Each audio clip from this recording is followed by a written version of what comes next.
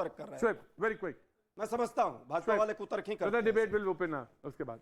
जी देखिए प्रतीक जी, आज नेताजी हमारे बीच नहीं रहे, मैं उनको भावभीनी श्रद्धांजलि देता हूं और सारा देश जो है दुखी है उनके जाने से।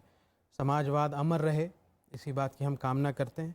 लेकिन ऐसे मौके पर भी बीजेपी के एक एमएलए हैं अतुल भटलाकर, जिस शब्दों में उन्होंने नेताजी को याद किया और जैसी घटिया हरकत की है वो बहुत अशोभनीय है। एक राजनीति में जब आप कोई जिंदा होता है तो वाद विवाद होती है। जब यहाँ पे डिबेट शुरू हुई तो बीजेपी की प्रवक्ता ने सबसे पहले मुलायम सिंह यादव जी को नहीं, मैं समझ रहा हूँ, श्रद्धा सुमन दिया सबसे पहले। बिल्कुल सही उन्होंने वहां से बिल्कुल सही बात। मैं आपको कोट करता हूं, मैं बीजेपी के ही एक एमएलए हैं कांदीवली मुंबई से, उन्होंने जिन अशोभनीय शब्दों में उनका इस्तेमाल किया है आज, तो बहुत बुरा लगा कि राजनीति का स्तर इतना गिर गया। मैं सिर्फ इतना याद दिलाना चाह रहा था। दूसरी मुलायम सिंह जी को उनके अक्रॉस द पार्टी लोग जानते हैं, उनका आदर करते थे और इसमें कहीं दो राय नहीं। प्रधानमंत्री जी कितनी इज्जत करते हैं, ये बड़ी बात है।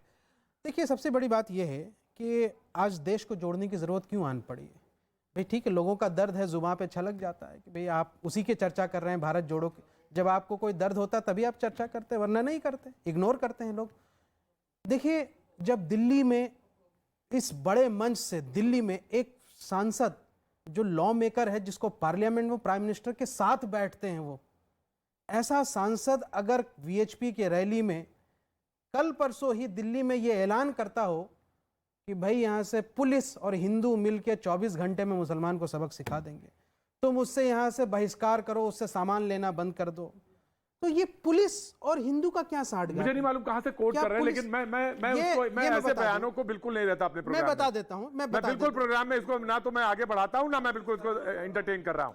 बिल्कुल ये गलत और बिल्कुल मतलब बिल्कुल आपत्तिजनक है। जिसने भी कहा वो इस देश के या तो कानून को या तो इस देश के कानून को नहीं समझता, या वो सांसद हैं इस देश के, भारतीय जनता पार्टी के सांसद हैं ये परवेश वर्मा। मैं नहीं लेता उनका बयान यहाँ पे, चिंताजनक मैं उनका बयान यहाँ नहीं लेता। ये हाँ बिल्कुल सही बात, आप नहीं लेते और ये चैनल को इंडोर्स भी नहीं करना चाहिए, बिल्कुल सही बात। मैंने कहा पहले कह दिया, आप इंडोर्स इससे ज्यादा एंकर है, ऐसे एंकर बोला मैं तो बिल्कुल इंडोर्स। लेकिन ये हमारे देश के लिए चिंताजनक विषय है कि आप अब बताइए क्यों नहीं भारत को जोड़ने की कोशिश कीजिए, क्यों नहीं ऐसी पार्टियों को मौका दिया जाए और उनको आगे बढ़ाया जाए। कभी सुना कि प्रधानमंत्री ने ये बात कही हो?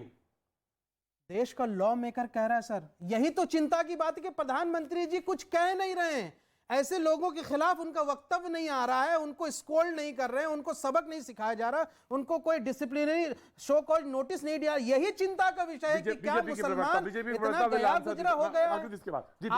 मतलब ये मैं आपको ले गया, मैंने तो नारा खोखला होगा, सबका विश्वास सिर्फ नारे में रह जाएगा, या आप ऐसे नेताओं पर भी एक्शन लेंगे? प्राइम मिनिस्टर हैं वो देश के, वो हमारे भी प्रधानमंत्री है, आप पुलिस को और हिंदू को एक साथ जोड़ देते हैं? क्या पुलिस मुसलमानों की नहीं? उन्होंने तो सबका साथ सबका विश्वास, तो ये सिर्फ नारा हो गया ना सर। जो खुलेआम नरसंहार की धमकी दे रहा है दिल्ली में कल परसों यहां से, आप उसके खिलाफ कुछ नहीं बोलते, तो ये चिंता का विषय है समाज के लिए। अल्पसंख्यक समाज क्या करेगा फिर? ज्यादा चिंता मत करिए, ब्लड प्रेशर हाई हो जाएगा, डायबिटीज हो जाएगी। देखिए ऐसा है कि मैंने व्यक्तिगत रूप से ये बयान बिल्कुल भी नहीं सुना। अगर इस प्रकार का कोई भी बयान आया है वो भारतीय जनता पार्टी की जो आइडियोलॉजी है उसके खिलाफ है। ये पार्टी किस प्रकार का एक्शन लेती है या नहीं लेती है उसके ऊपर मैं टिप्पणी नहीं कर सकती, क्योंकि मैं केवल और केवल प्रवक्ता हूं। भारतीय जनता पार्टी की क्या सोच है, क्या भारतीय जनता पार्टी कर एक सेकंड जो भाई साहब, मैं आपके बीच में नहीं बोली साहब, बहस नहीं कर रहे, बहुत सेंसिटिव मुद्दा है। बिल्कुल मुझे बहुत अच्छा लगता है कि एक सेकंड साहब, एक सेकंड, मुझे अच्छा लगता है कि जोधपुर और खंडवा में जो सर तन से जुदा के नारे लगे हैं उसके विषय में भी ये टिप्पणी कर देते हैं कि सर तन से जुदा के भी नारे नहीं लगने चाहिए, और ऐसे काम हुए हैं यहाँ पर कि सर जो है तन से जुदा कर दिया गया है। तन से जुदा के नारे किसी सांसद ने लगाए, किसी मुस्लिम सांसद ने लगाए, किसी मुस्लिम बड़े नेता ने लगाए जो सदन का हिस्सा हो या किसी राज्य सरकार का हिस्सा हो या सत्ता का हिस्सा हो, एक सत्ताधारी दल जिसके सामने पावर है, ताकत है, प्रधानमंत्री उनके दल से हैं, वो जब नरसंहार की धमकी देता है तो ये चिंता का विषय है साहब, इस बात को समझिए आप। क्लैरिफिकेशन इनका शांतनु आएंगे कोई पार्टी का? जैसे मैंने कह दिया ना, साफ शब्दों में बिल्कुल बोल दिया, मैंने सुना नहीं है, परंतु इस प्रकार का कोई बयान आया है तो भारतीय जनता पार्टी, अगर वो कह रही है तो मैंने भी नहीं सुना, मैंने उसको क्लियर कर दिया। गुप्ता जी, शांतनु पूरे देश के वो कुछ सांसदों के उदाहरण मांग रहे थे, पहले तो हमारे पास ही संबल है, वहाँ के समाजवादी पार्टी के सांसद हैं, उनके आप बयान बर्क साहब के, वो कहते हैं कि औरतों को पहनना ही, चाहे उनका मन हो ना मन हो, उनको बुर्का पहनना ही चाहिए। वो तालिबान का समर्थन करते हैं, वो तालिबान का समर्थन करते हैं। सुनिए तो, वो तालिबान, सुनिए तो, तालिबान सुनिए तो, यहाँ पे आतंकवाद मत फैलाइए। देखिए आप शाहीनबाग में फैलाइए, यहाँ मत फैलाइए। फिर वो कहते हैं कि तालिबान का समर्थन करते हैं। तालिबान ने जो अफगानिस्तान पर कब्जा किया वो बिल्कुल जायज है, वो सांसद कहते हैं समाजवादी पार्टी के, तब आपके मुंह में नहीं लग जाता है।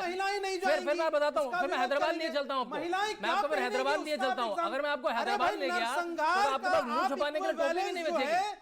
मैं आपको हैदराबाद के सांसद के, अगर मैंने हैदराबाद के सांसद के, आपके सबसे लोकप्रिय सांसद के अगर मैंने स्टेटमेंट यहाँ चला दिए और उनके पार्टी के सांसद के स्टेटमेंट चला दिए, तो आपके पास टोपी भी नहीं बचेगी मुंह छुपाने के लिए। मानसिकता है देखिए, अब जब मैंने तर्क दिया तो वो डर गए, तर्क दिया तो चिल्लाने लगे, उसका क्लैरिफिकेशन दूंगा, चिल्लाने लगे। जी, दो मैंने प्रवक्ता अभी पैनल में नहीं बोले, उसके बाद मैं जवाब दूंगा। जी जी आखिर, राइट, आई एम सॉरी, मैं देर से आया। जी देखिए, ऐसी एक तो कई दफा हुआ ऐसा कि बीजेपी के जो रिप्रेजेंटेटिव्स हैं उन्होंने कई सारी एंटी मुस्लिम बातें की हैं, उसकी लिस्ट पूरी अवेलेबल है, उसके बारे में बात, और कितनी बार उसको जो है उसका खंडन किया गया है, उसको कितनी बार जो है रोका गया है या फिर उसको पनिश किया गया है, वो भी सबकी आंखों के सामने है। और मैं ये भी यहाँ पे मानती हूँ कि उल्टी साइड से भी जो है, सामने वाली साइड से भी कई सारी जो है ऐसी स्टेटमेंट्स आई हैं। तो I don't want to get into this. अगर यहाँ पर बात हो रही है कि इकोनॉमी जो है बहुत अच्छी जा रही है, तो उस पर भी जरा हमें गौर फरमाना होगा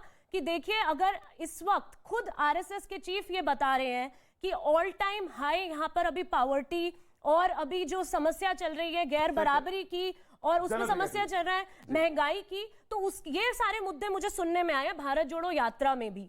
तो उसमें क्या तोड़फाड़ की बात हो रही है वो भी मुझे नहीं दिख रहा है। तो कहां पे परेशानी है ये भी देखना पड़ेगा। ऐसे कई सारे आंकड़े आप देख सकते हैं। अभी होलसेल प्राइस इंडेक्स जो है सबसे हाई चल रही है, जो अभी इतने सारे आंकड़े जो हैं ये खुद बताए गए हैं।